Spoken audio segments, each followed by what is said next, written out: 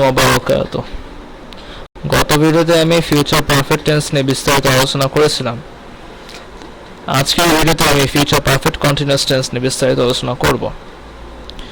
Future perfect continuous টেন্সের সংজ্ঞাটি হচ্ছে ভবিষ্যতে কোনো কাজ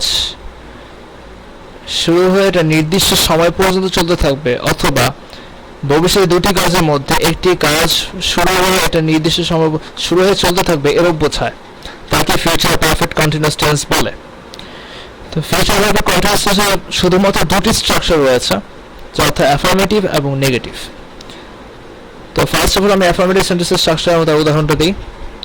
অ্যাফার্মেটিভ সেন্টেন্সের স্ট্রাকচারের শুরুতে সাবজেক্ট থাকবে, পরে shall have been অথবা will have been থাকবে সাবজেক্ট ওয়াইজ, পরে V4 অর্থাৎ ভার্বের ing ফর্ম থাকবে, পরে এক্সটেনশন অর্থাৎ বাক্যের বাকি অংশ থাকবে। উদাহরণ হিসেবে আমি এখানে লিখেছি I shall have been reading books for 2 hours। এখানে সাবজেক্ট হিসেবে আমি I বসিয়েছি, পরে এখানে আমি সাবজেক্ট ওয়াইজ এখানে shall have been বসিয়েছি, পরে এখানে read এর ing from reading বসিয়েছি, পরে এক্সটেনশন হিসেবে এখানে books for 2 hours বসিয়েছি। এই ছিল অ্যাফার্মেটিভ সেন্টেন্সের স্ট্রাকচার এবং তার উদাহরণ।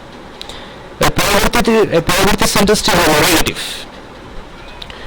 নেগেটিভ সেন্টেন্সের স্ট্রাকচার সাথে একটা সাবজেক্ট থাকবে, পরে shan't have been অথবা won't have been থাকবে, পরে V4 অর্থাৎ ভার্বের ing ফর্ম থাকবে, পরে এক্সটেনশন থাকবে অর্থাৎ বাকি অংশ। এখানে এক্সাম্পল হিসেবে লিখেছি I shan't have been reading books for 2 hours। এখানে সাবজেক্ট হিসেবে এখানে I বসিয়েছি ফার্স্ট অফ অল, পরে এখানে আমি subject wise shan't have been বসিয়েছি, পরে এখানে read এর ing from reading বসিয়েছি, পরে এখানে আমি বাক্যের বাকি অংশ অর্থাৎ এক্সটেনশন হিসেবে books for 2 hours বসিয়েছি।